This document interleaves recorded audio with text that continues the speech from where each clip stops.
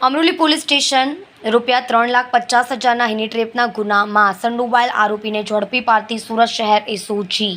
Police commissioner Anupamsinh Gehlot Surat શહેરનાઓએ honey trap કરીને લોકોને ફસાવતા ઇસમોને પકડી પાડવા અંગે આપેલ સૂચના મુજબ સંયુક્ત police commissioner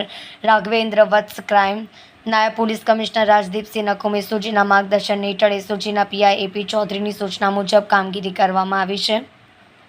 assistant head constable Damjibhai Dhanjibhai, assistant head constable Rakeshbhai વલ્લભભાઈને મળેલ બાતમીને આધારે ડિંડોલી કરવાડાવા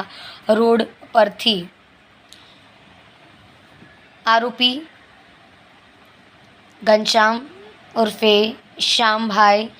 ધીરુભાઈ લાઠિયા ઉંમર 35 રહેવાસી flat number C1/301 Dharmanandan residency Velanja Sayan road Surat મૂળ રહેવાસી સમઢિયાળા મહુવા ભાવનગરવાળાને ઝડપી પાડવામાં આવેલ છે। પૂછપરછ કરતાં જણાવ્યું આર્થિક પરિસ્થિતિ નબળી થઈ ગઈ હોય ગઈ તારીખ 9/12/2023ના રોજ બપોરના 12:30 વાગ્યે તેના મિત્ર હરેશનો ફોન આવ્યો તેના ઘરે આવવા જણાવેલ જેથી પોતે ત્યાં ગયેલ ત્યારે ત્યાં હરેશ અને રાજુ બંને મળી તેઓએ જણાવ્યું કે તેમની સ્ત્રી મિત્ર એક કસ્ટમર સાથે તેના ફ્લેટની અંદર છે જેથી આપણે ત્રણેય પોલીસ બની તે રેડ કરવાની છે,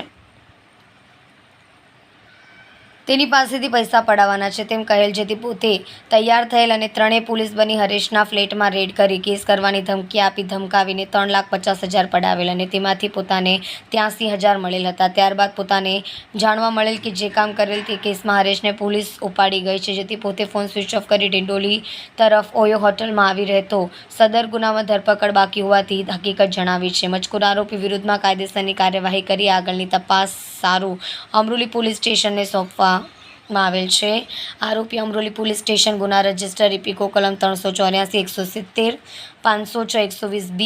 મુજબના ગુનામાં સંડોવાયેલ હોય તેથી તેના વિરુદ્ધ કાયદેસરની કાર્યવાહી કરીને આરોપીને અમરોલી પોલીસ સ્ટેશનમાં સોંપેલ છે।